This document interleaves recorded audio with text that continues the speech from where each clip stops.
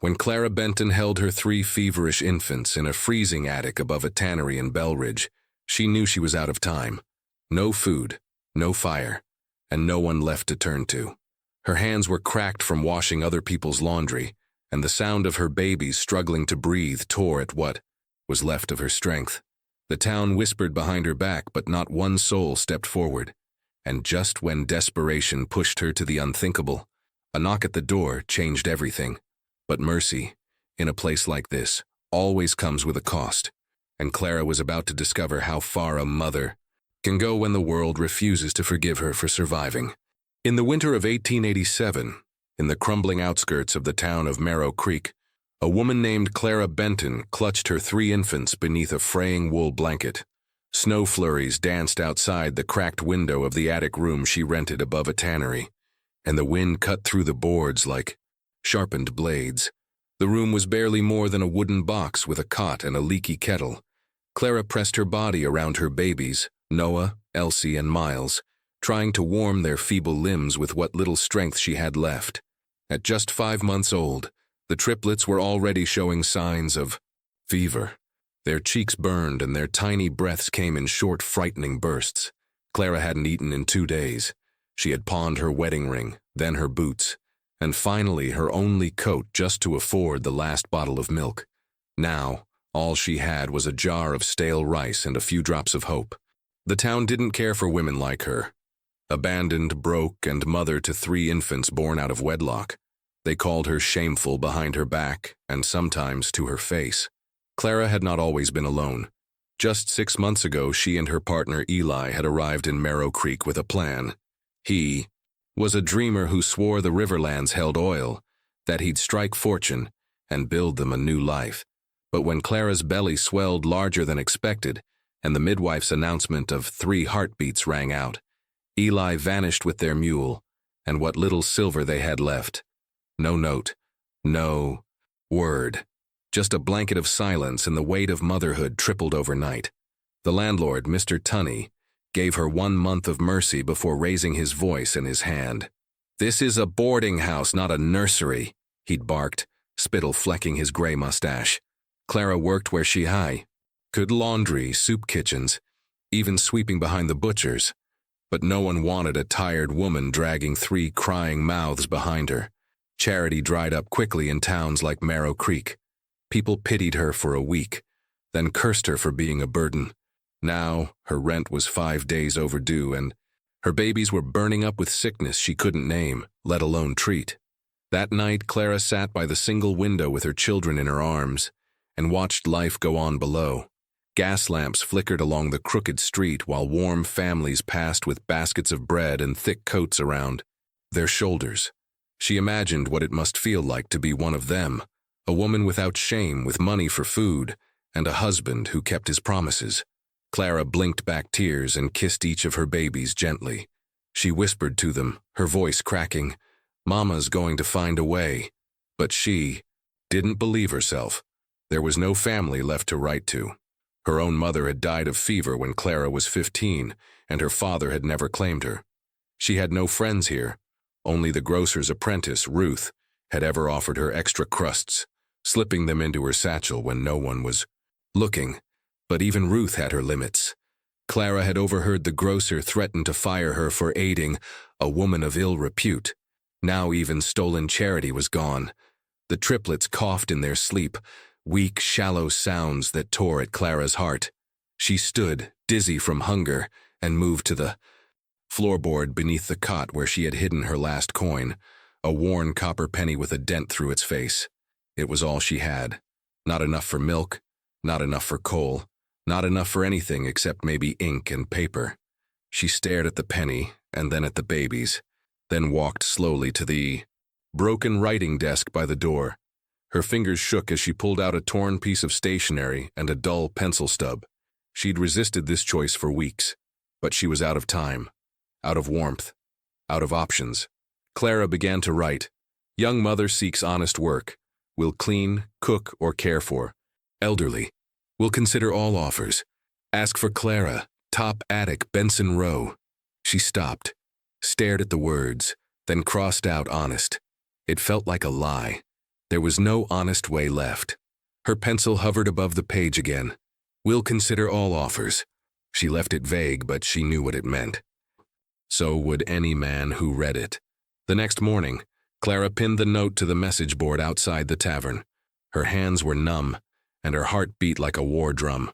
She couldn't bear to look at the townsfolk as she turned away and rushed back to her attic. She was shaking by the time she reached the top step. What had she done? What had she invited into their lives? But as she cradled Miles against her chest and listened to the rasp of Noah's lungs, she knew the question no longer mattered. A knock on the attic door startled her later that day. Clara opened it slowly, half expecting a monster in man's skin. But it was a boy no older than 16, holding a sack of coal and blushing furiously.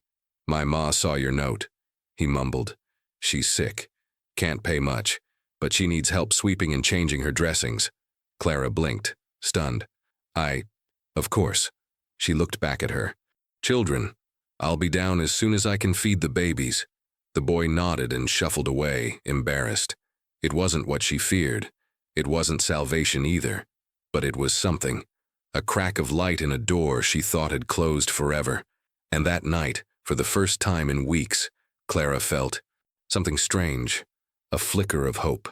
Her children still wheezed in their sleep, their skin too hot to the touch, and she still had no medicine or doctor, but someone had knocked on her door without disgust in their eyes.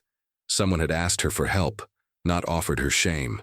She kissed the foreheads of her 3 babies and curled around them like a cocoon, whispering through cracked lips, "We're not done yet." She didn't know if that was true, but she needed to believe it, for them. By the second night, Clara Benton had barely slept. The boy's mother, Mrs. Lyle, had paid her with half a loaf of rye bread and 2 small candles, more than Clara had hoped for. But even that had come with a price. She had to leave her children unattended for 2 hours in a freezing room.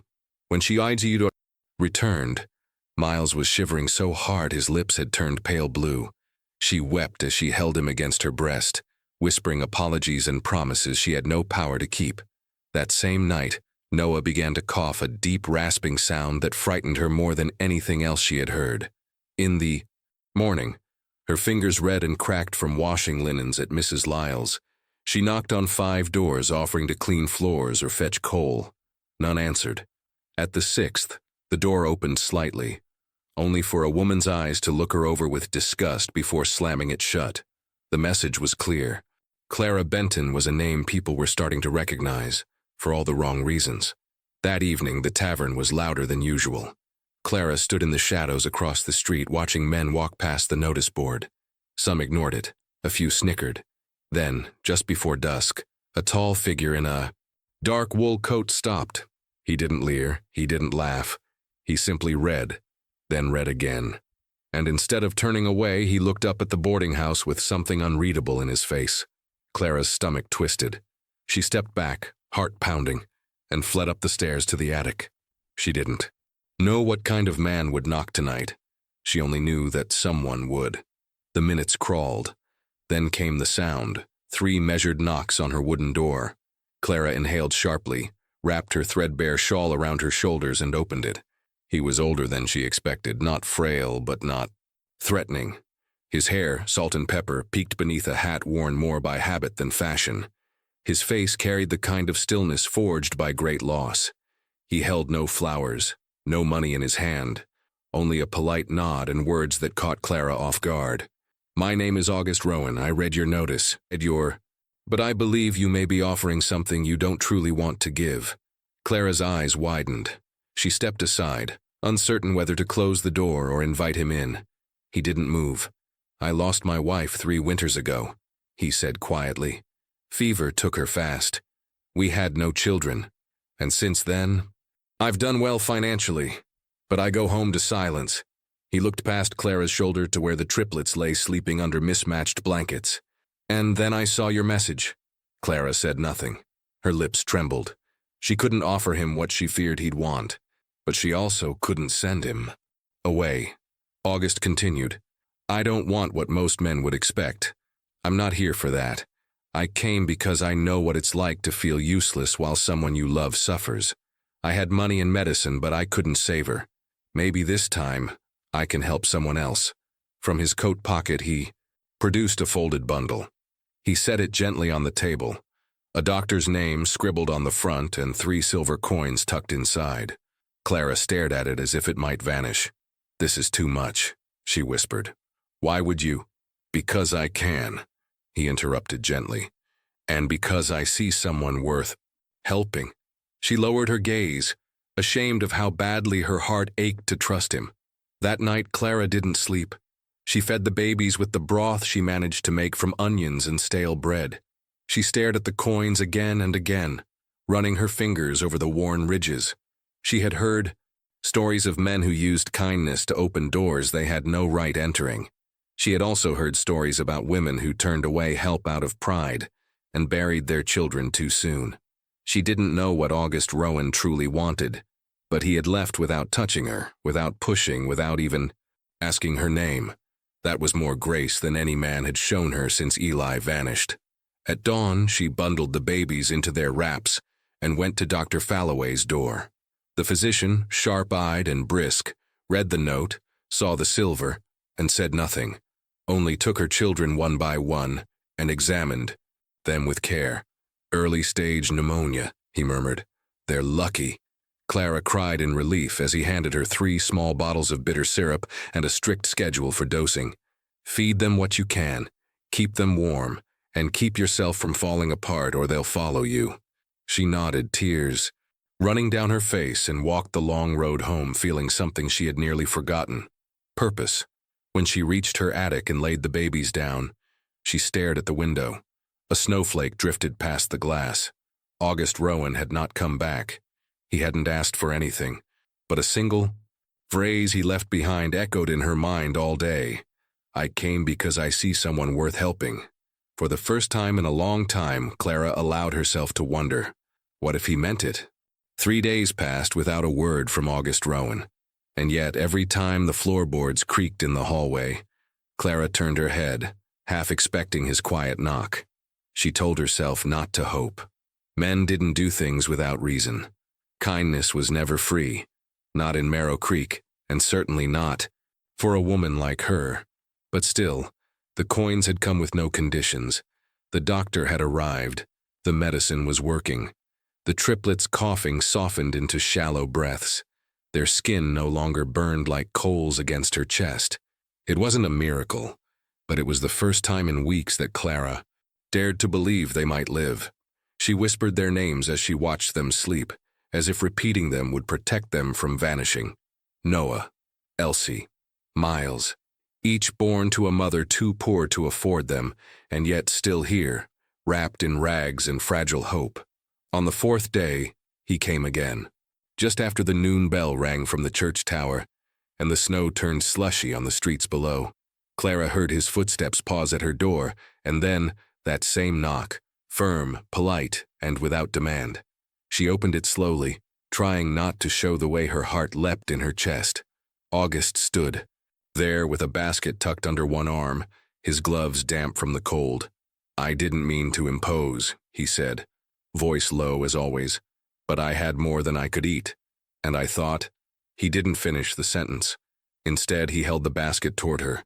Inside were small luxuries Clara hadn't seen in months: fresh bread, cheese wrapped in cloth, a boiled egg, even a half jar of plum jam. Clara blinked in disbelief. "You brought food?" she asked. "Yes, and also company, if you'll allow it." For a long moment, Clara said nothing. Then silently she opened the door wider and stepped aside. They sat at the small table by the window. The babies stirred in their sleep but did not cry. The medicine was doing its work. Clara spread the food across a plate, her hands trembling slightly. "Why are you doing this?" she asked finally. "Because you remind me of someone," August replied. "Someone I failed to save." His voice held no bitterness, only the kind of sorrow that ages a man beyond his years. "My wife wanted children. We tried. She got sick before we ever had the chance. I buried her with an empty cradle at the foot of our bed." Clara looked away, afraid that if she held his gaze too long, he'd see how deeply his story sank into her. "I'm not asking for anything, Clara. I just want to help." The way he said her name, Gentle, certain, felt like a warm cloth on a wound she'd forgotten to dress. Over the following week, August became a quiet fixture in their lives. He knocked gently, each morning, always bringing something. Firewood, a book, dried apples, clean blankets. He never crossed a line. He never asked questions she wasn't ready to answer. Some days he simply sat with her in silence, holding one of the triplets while Clara fed the others. The babies grew stronger under his watchful eye. They began to gurgle and coo, to grasp at his fingers.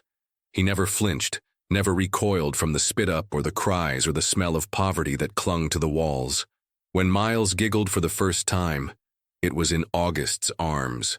And when Clara saw the way August smiled back at him, like he was seeing something sacred, she felt a strange pang in her chest. Was it gratitude, or something deeper, older, more dangerous? But outside the attic walls, whispers were beginning. The landlady, Mrs. Hill, had seen him leave one morning with Clara's laundry in a basket. The preacher's wife noted that Clara no longer begged for scraps at the grocer. Women crossed the street when Clara passed by with her babies. One even spat at her boots. "There's always a price," Mrs. Hill had muttered as she climbed the stairs past her room. "Don't pretend he's not collecting." Clara tried to ignore them, but shame was sticky. It clung to her even in her private thoughts. One evening after August left, she sat in the dark, holding Noah to her chest and weeping quietly. "What if they're right?" she whispered to the sleeping child. "What if kindness is just the bait?" But the baby only nuzzled closer, warm and safe. Clara wanted to believe August was different, but belief didn't come easy to a woman who'd been lied to by every man she'd ever loved. Then came the church letter, delivered in an envelope sealed with red wax. It came bearing no return name, only the neat handwriting of condemnation. Inside was a note warning Clara that her presence at Sunday services would be deeply inappropriate, and that until she renounced her current immoral lifestyle, she was unwelcome within the congregation. Clara tore the letter in two and burned it over the stove. But the damage had been done. It wasn't just whispers anymore. It was action, isolation, punishment, and August saw it too. When he came that evening and saw her red eyes, he didn't ask what happened. He simply held Elsie in his arms and said, "They don't define you, Clara." She wanted to believe him. She wanted to believe that being helped didn't make her helpless, that being cared for didn't make her shameful, that maybe, just maybe, a man could care without taking. Clara had always known there were lines no woman could cross in Marrow Creek and still be allowed to live with her head high. Poverty was pitied, widowhood tolerated, even illegitimacy, if suffered in silence, might earn a loaf of bread and a prayer. But what the town could never forgive was survival. That defied shame. And Clara, though still cold and hungry and desperate, was starting to survive. The triplets were growing stronger. Their coughs had faded, replaced by soft babbles and the occasional shriek of frustration when milk ran out. August Rowan came by with fresh firewood and clumsily sewn mittens that had clearly been stitched by his own hand. Clara had laughed at their crooked seams, and when August smiled back, so sheepishly, so sweetly, she had felt something bloom in her chest that she hadn't allowed herself in years. The first tender hint of joy. But that joy came with a cost. The whispers hardened into action. A group of churchwomen, led by the sharp-tongued Mrs. Vera O'Malley, began organizing visits to local businesses to warn them of the kind of woman Clara Benton had become. When Clara brought her children to the doctor for a follow-up, the nurse on duty refused to let her inside the waiting room.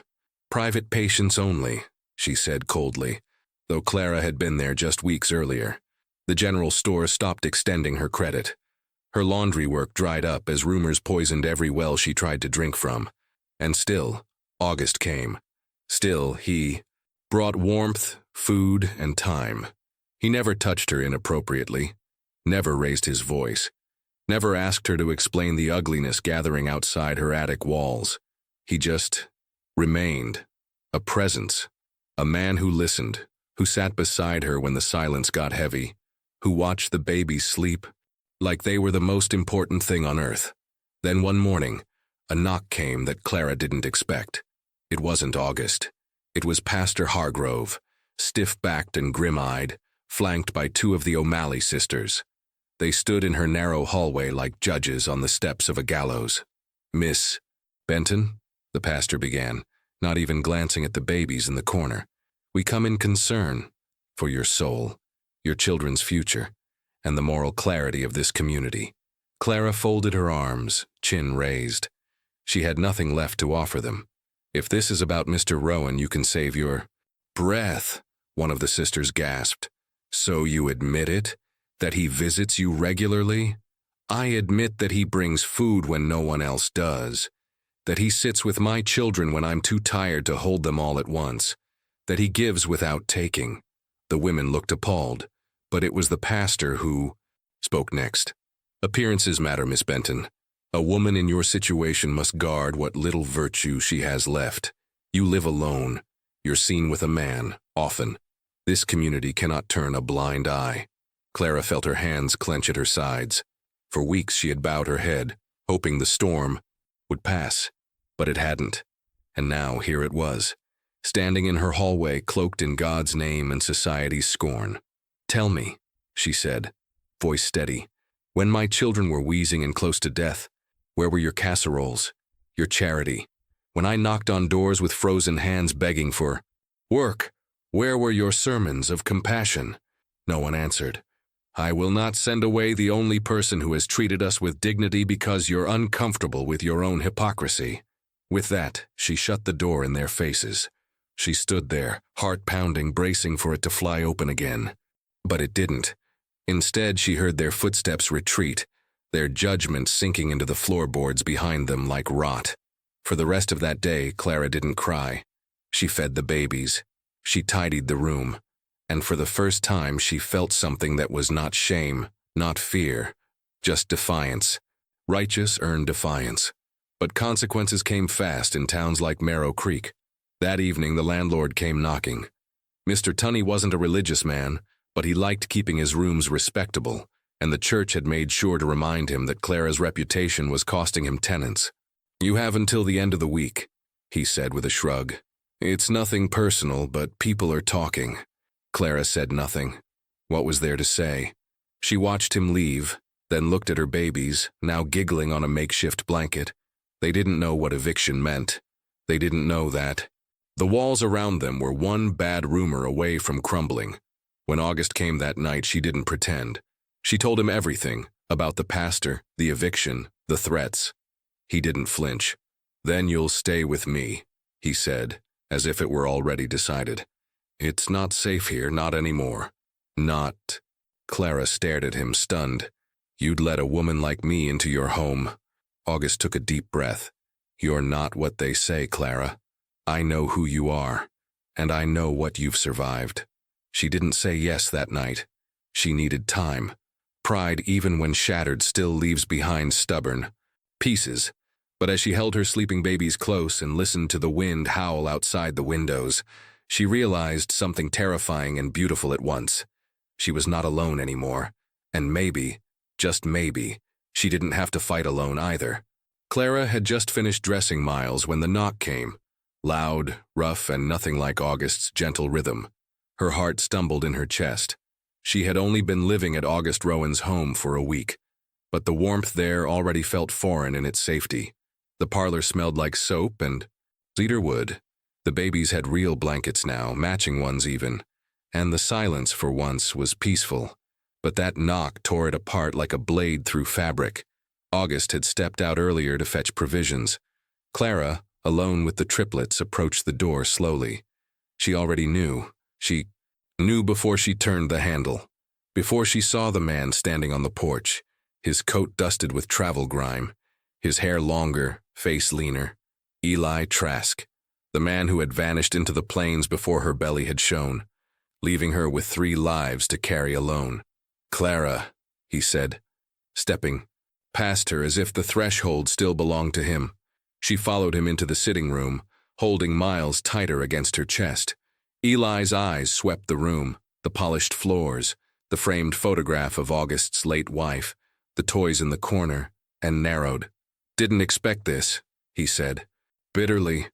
"Thought I'd find you in a gutter, Instead, you're living like a lady. Clara's jaw clenched. You don't get to be surprised. You left me, Eli. Not just me. The children, too. Eli scoffed. I didn't know there were 3, Clara. I left before you told me. You left before I could. She snapped. Took our savings, the mule, and my dignity with you. He didn't deny it. Just paced the room like a man looking for something to control. Well, I'm back now, he said. And I want what's mine. The words dropped like stones. Clara blinked. What's yours? My children, my name, my family. I struck gold, Clara. Literal gold. Out west.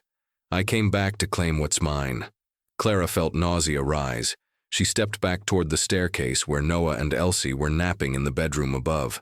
You don't get to claim anything, she said, voice shaking. You weren't here.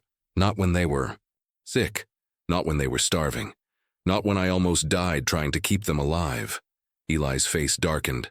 Don't test me, Clara. I signed no paper. I made no deal. Legally, they're mine. She laughed, a sharp, broken sound. You think the law cares about a man who ran away? Who abandoned his pregnant partner without a word? I think money fixes a lot of things, Eli said, pulling a small velvet pouch from his coat. It jingled. I've got enough gold to buy us a house, servants, comfort. You can stop playing house with whatever grieving fool owns this place. His name is August, Clara said. And he's done more for these children in 3 weeks than you've done in a lifetime. Eli moved closer. Look at you. Clean hair. Food in the cupboard. You think he did all that for nothing? You think men give without taking? Clara didn't flinch. He never took anything. Not even a kiss I didn't offer. The room grew quiet.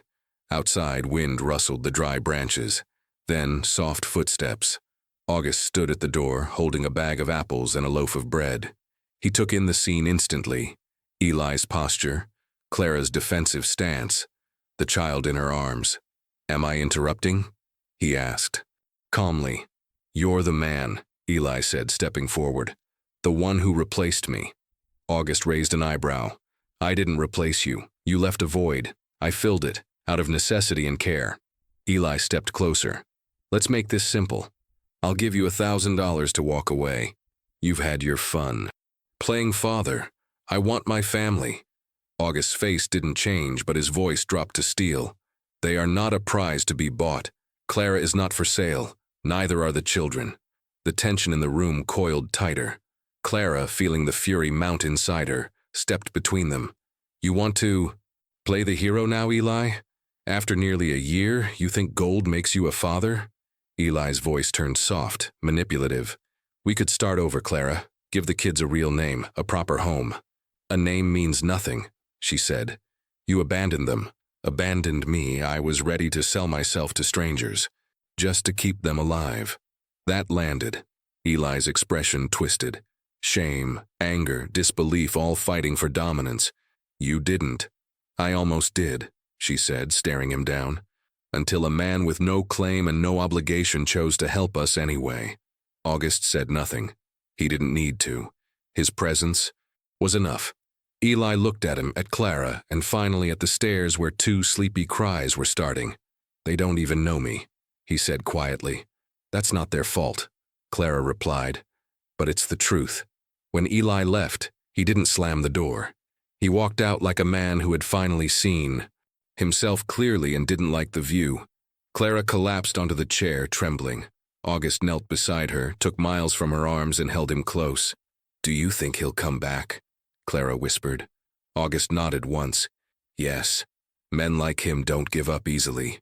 She reached for his hand and gripped it tight. Then we need to be ready, all of us.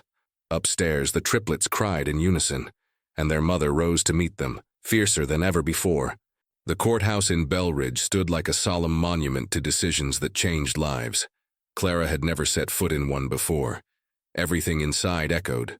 Voices, footsteps, doubts. August walked beside her, holding Elsie gently in his arms, while Noah and Miles sat in Clara's lap, their small hands, gripping her shawl like they could sense something important was happening.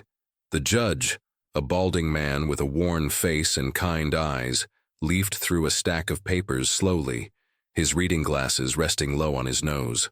"Miss Benton," he said, "your petition is unusual. Joint guardianship, change of surname for minors, and a marriage license submitted simultaneously." Clara swallowed hard and nodded. "Yes, Your Honor. I understand how it may look." He looked over his glasses at her. "No, I don't think you do. It looks bold. It looks like a woman taking back her life." Clara wasn't used to kind words from strangers. They landed like gifts wrapped in disbelief. The judge continued. "Let's start with the obvious. Mr. Trask is not contesting any of this?"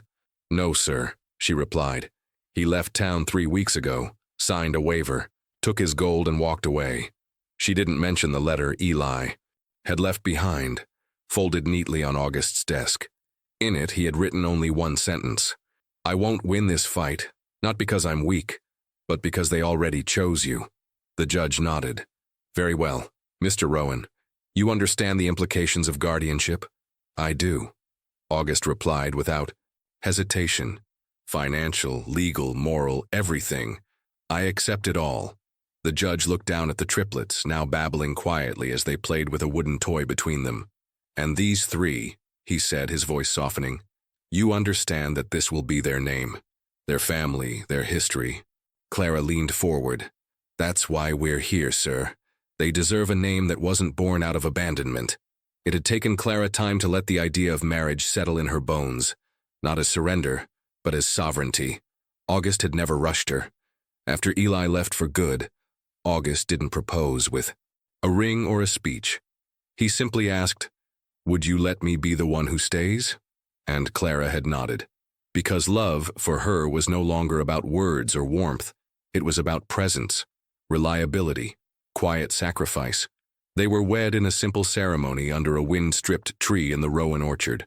Mrs. Lyle and Ruth from the grocer's stood as witnesses. Clara wore a borrowed dress. August wore the same coat he had on the day they met. The babies squawked during the vows, and the minister had laughed gently. A proper chorus.